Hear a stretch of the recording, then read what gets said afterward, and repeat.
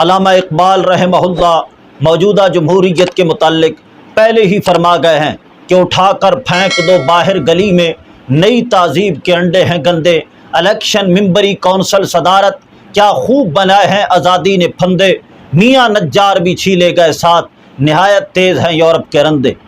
اور اس جمہوریت کے متعلق مفتی احمد یار خان نعیمی شرح مشکات جلد 5 کے اندر فرماتے ہیں موجودہ جمہوریت اللہ تعالیٰ کا عذاب اور لعنت ہے، اور جلد 8 کے اندر بھی فرمایا کہ موجودہ جمہوریت لعنت ہے اور اللہ تعالیٰ کا عذاب ہے۔ اور فتاوی بریلی شریف صفحہ نمبر 421 پر ہے،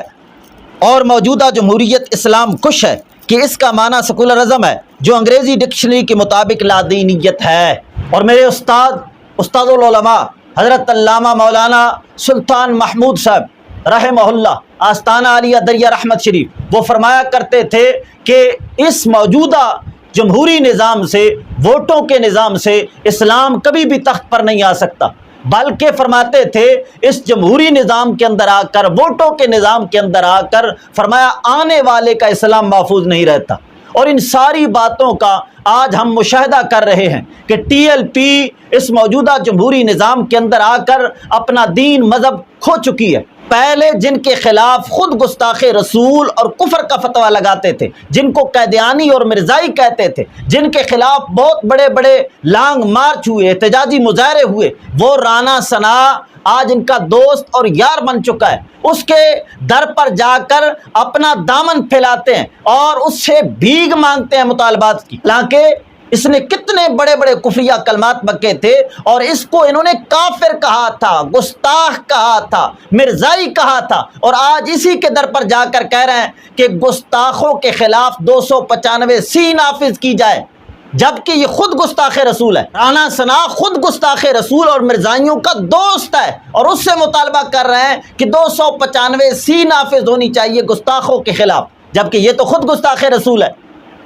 آپ نے نہیں سنا کہ اس نے کتنے بڑے بڑے کفریہ کلمات بکے اور مرزائیوں کے کھلے عام اس نے حمایت کی ہے؟ سن لیں۔ وزیر قانون پنجاب رانا ثناء اللہ نے ایک بار پھر متنازع بیان دے کر آگ لگا دی ہے۔ موصوف وزیر نے اس مرتبہ کسی کے خلاف نہیں بلکہ قادیانیوں کی حمایت میں بول پڑے۔ نجی ٹی وی سے گفتگو کرتے ہوئے رانا ثناء اللہ نے کہا کہ علماء قادیانیوں کو غیر مسلم تسلیم نہیں کرتے، قادیانی نماز روزے پر عمل کرتے ہیں، اپنی مساجد بناتے ہیں اور اذان بھی دیتے ہیں۔ ان کے متعلق جو ہمارے علماء کرام ہے وہ آپ کہتے ہیں کہ نان مسلم، وہ ان کو نان مسلم تسلیم نہیں کرتے، بالکل وہ تمام عقائد اور وہ تمام چیزوں کے اوپر جس میں یعنی ہماری نماز ہے، روزہ ہے، دوسری چیزیں ہیں، یہ سب چیزوں کے اوپر عمل بھی کرتے ہیں، یہ اپنی مساجد بھی بناتے ہیں، اس میں اذان بھی دیتے ہیں، صرف آ کے اس پوائنٹ کے اوپر جو ہے یہ اختلاف کرتے ہیں۔ یہ خود بھی اپنے آپ کو یہ نہیں کہتے کہ ہم نان مسلم ہیں، اور ان کی جو اب دیکھیں نا یہ مسجد اپنی مسجد میں اذان دیتے ہیں، اب علماء کرام کا ہے کہ یہ مسجد یہ بنا نہیں سکتے، یہ نماز جو ہے یہ پڑھ نہیں سکتے، یہ اذان دے نہیں سکتے، تو اس قسم کی بہت زیادہ کمپلیکیشن۔ رانا صاحب سمجھدار آدمی ہیں، وہ ایسی حرکت پی ٹی آئی کے ساتھ تو کر سکتے ہیں، ہمارے ہاں وہ ان کے ساتھ تو کر سکتے ہیں، انہیں ہم اچھی طریقے سے جانتے ہیں اور وہ ہمیں اچھے طریقے سے جانتے ہیں۔ رانا صاحب سمجھدار آدمی ہیں، ہم اچھی طریقے سے جانتے ہیں اور وہ ہمیں اچھے طریقے سے جانتے ہیں۔ میں سمجھتا ہوں کہ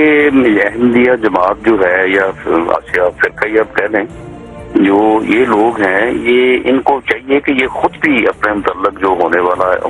یا پھیلائی جانے والی یا پھیلی ہوئی جو ایک یعنی صورتحال ہے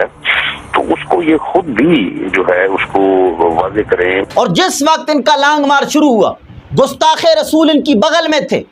جن کے خلاف امام احمد رضا نے کفر کا فتویٰ دیا تھا اور فرمایا تھا یہ گستاخ رسول ہیں، اور فرمایا تھا من شک فی کفری وعذابی فقد کفر،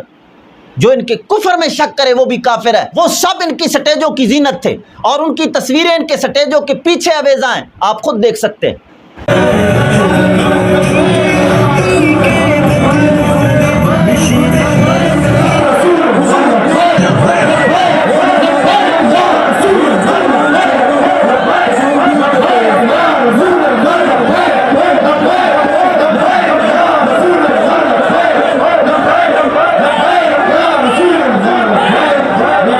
لہذا ٹی ایل پی صلح کلیت اختیار کر چکی ہے، اور ہر گستاخ اور کافر کے ساتھ ان کا اتحاد ہو چکا ہے۔ جس بندے کو اپنا ایمان عزیز ہے وہ ان کی صحبت سے دور بھاگے اور ان کی صحبت کو اپنے ایمان کے لیے زہر قاتل جانے۔